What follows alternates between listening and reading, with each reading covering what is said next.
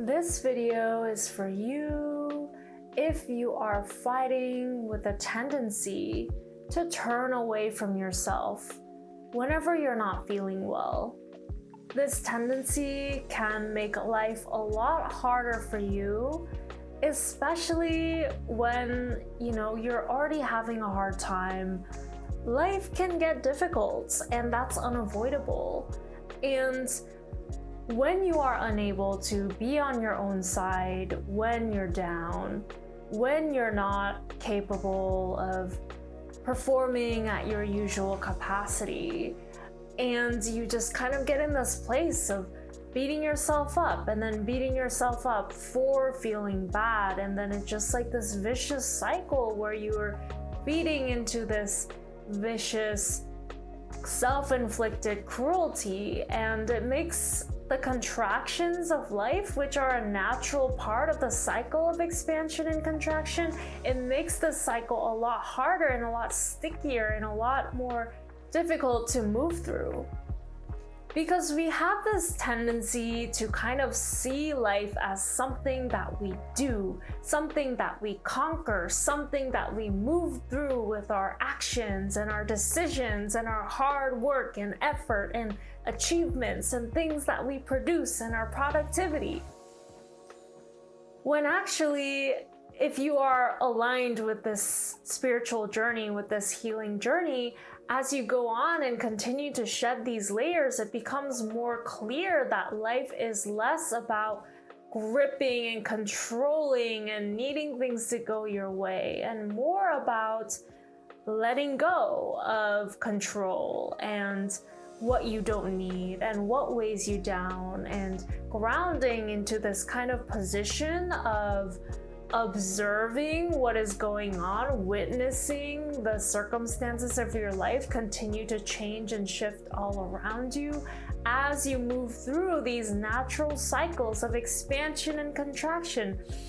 It happens with the breath as you inhale and exhale. It happens with growth as you go through hardships and experience the rebirth, and experience the death of who you were, and experience the rebirth of who you are now. It happens with orgasms, with jellyfish swimming through water. This theme of expansion and contraction is present everywhere in life.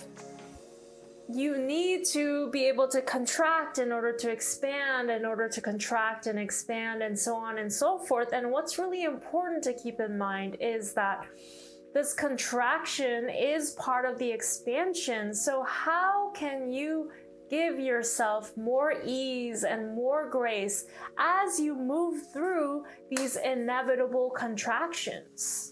Because when we are stuck in this tendency to turn away from ourselves and reject ourselves in the experience of contraction, it kind of prolongs this unnecessary suffering and makes things a lot harder than they need to be, really.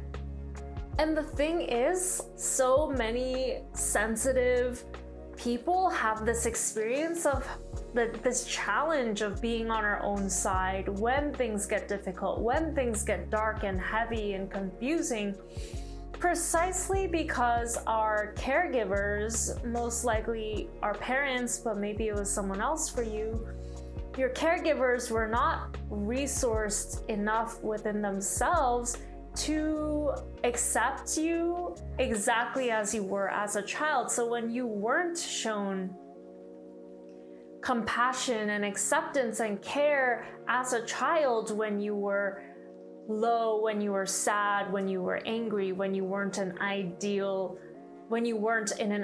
emotional state, then that's going to be imprinted on your nervous system, this idea of like, oh, when I'm angry, when I'm sad, when I'm depressed, then my parents don't accept me, and so that means I'm bad.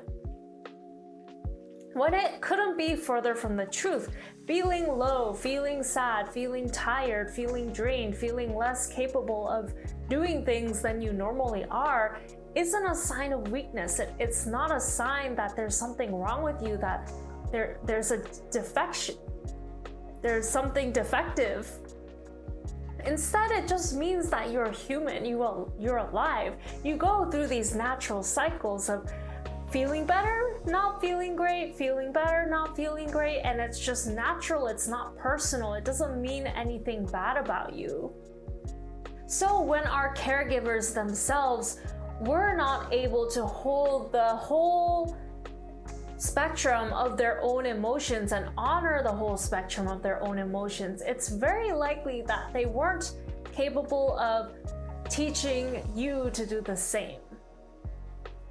And so we've inherited this tendency to only be able to accept ourselves and appreciate ourselves and honor ourselves within a very limited window of who we are and who we can be. Because the reality is, the entirety of who we are is expansive. It encompasses all archetypal energies of the human experience, whether that is absolutely seething white hot rage, or the depths of despair and grief, or the heights of joy and ecstasy, or this zoned in focus, or this confusion, or this lack of focus. It's all part of who we are, and this journey of life and self-love and spiritual practice invites us to embrace all of who we are in all parts of ourselves. And the thing is, when you can embrace all parts of yourselves and all aspects of yourself and all the whole range of emotional spectrum that you are capable of showing up on, you free yourself. You free yourself from needing the impossible, which is needing your external conditions to be within a certain specific range and your emotions to be within a certain specific range in order for you to feel okay, in order for you to feel worthy, feel good, feel supported. Because the truth is, you're always worthy of support, whether or not you're up high or down in the dumps. And it's this clinging, this attachment to needing things to be a certain way, to needing yourself to be a certain way, to needing yourself to fit some kind of external standard and expectation that limits you, that imprisons you. Because you find yourself needing something outside of you to make yourself okay when these ideal conditions aren't met. Like, how many times do you reach for an alcoholic drink or a cigarette or the next episode on Netflix or the next post on Instagram or TikTok or whatever it is, whatever your choice of numbing agent is, in order to make yourself feel okay or to distract yourself from how you're not feeling okay? And the thing is, when you are chained to needing to distract yourself from how you're feeling, then you're just on a never-ending rat race of running away from yourself and deepening that disconnection from you and yourself. You and the part of you that just wants you to love and accept it for who it is, exactly as it is today in this moment, without expecting it to be any different than it is. And this is a practice, of course. It's a practice that requires time and space and consistency and practice to witness yourself in discomfort, to see that you are uncomfortable, to see that you have emotions that are challenging to be with, and just accept that exactly as it is. Stop trying to control it, stop trying to make it any different than it is. Just create the space to be okay with not being okay. Let the experience of sadness or fear or rage or shame be as it is, without this compulsive need to run away from it.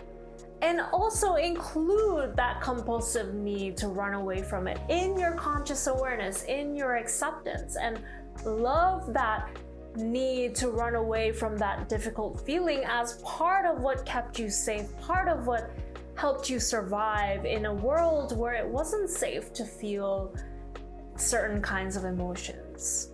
And the way to really practice this is to just make time to be unstimulated, to be bored, to find stillness, to disconnect from the constant stimulation that's going on around you and around all of us all the time, and just make space to be quiet and be with what is, and just see what comes up.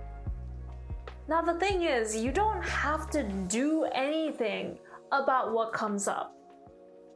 You just need to observe it, to see it, to say, I see you.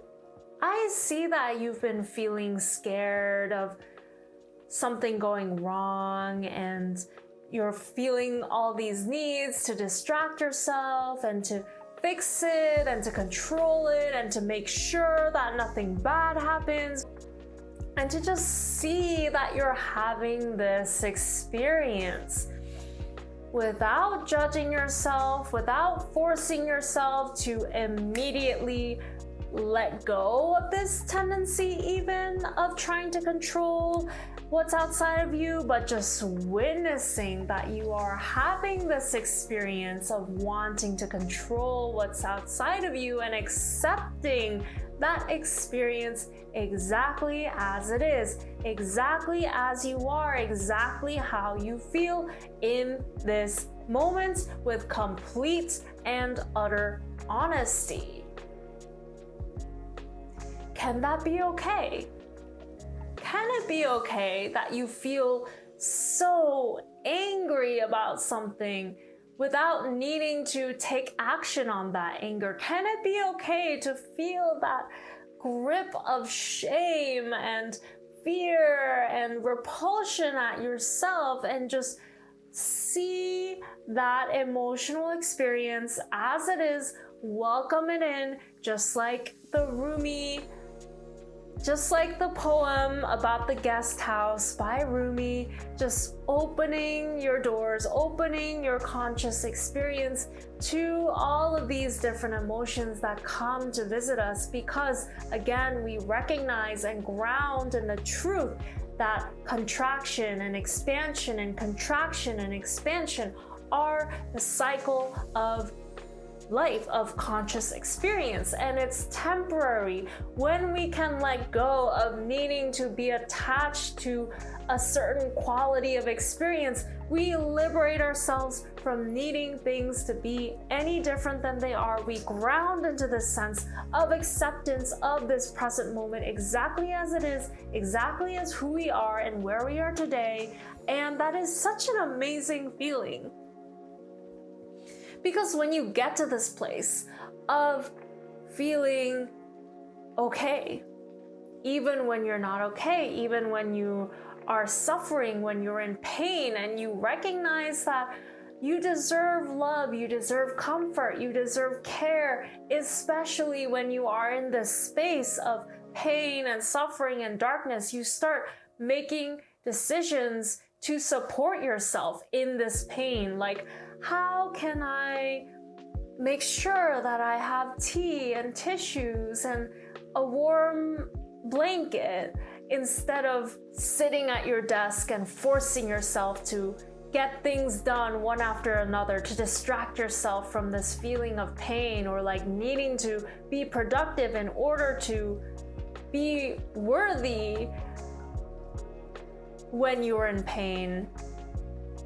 And that just like the quality of those two experiences of sitting at the desk and the warm blanket and the tea is just so completely different, right? And so coming back to this idea of life being an observing rather than a doing, it's like there's nothing really so much better about spending your energy, forcing yourself to squeeze out every last drop of productivity to go faster, to do more, to achieve more, rather than giving yourself a much needed break and tending to yourself, tending to your emotional body, tuning into how you're feeling and honoring that.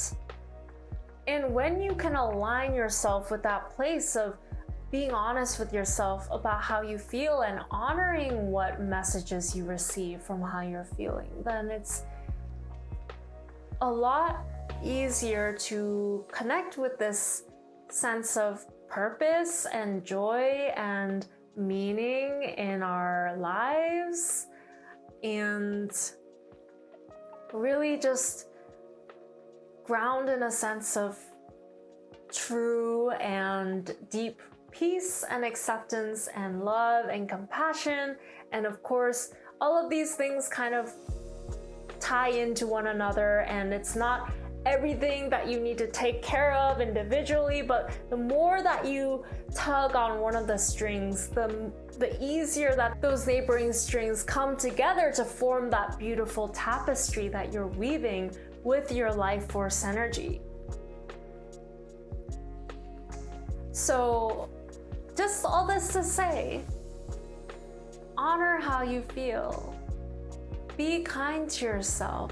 Recognize that this tendency to turn away from yourself is an outdated survival mechanism from when you had to have your caregiver's approval in order to survive as a child, because that is the reality of childhood. We need someone outside of ourselves to take care of our needs, and if we didn't have our caregiver's approval, then we wouldn't have survived. And so it's this perspective of compassion and acceptance, and holding all of it in our conscious awareness without rejecting or cutting off any part, accepting all of it, welcoming all of it, the uncomfortable and the comfortable, the unpleasant and the pleasant, the pleasurable and the painful. And you're doing great. You really are. You're exactly where you need to be in your process, and even this experience of struggling against yourself is part of the process of coming into greater acceptance and self-love with yourself.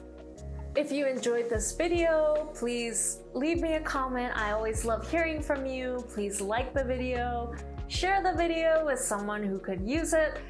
Please subscribe to the channel if you haven't already. I post a lot of videos specifically for creative and sensitive people, highly sensitive and energetically sensitive people, and how to navigate life in a way that feels good. And also, if you have a tendency to compare yourself with others, that is something that you struggle with, I have a free guide called Unbinding the Comparison Spell. It's down below in the description. It has an additional guided meditation that I hope that you try and that you love and that supports you. So please do check that out. Again, it's down in the description. Thank you so much for spending this time with me. It's always a pleasure, and take good care of yourself. I will see you next time.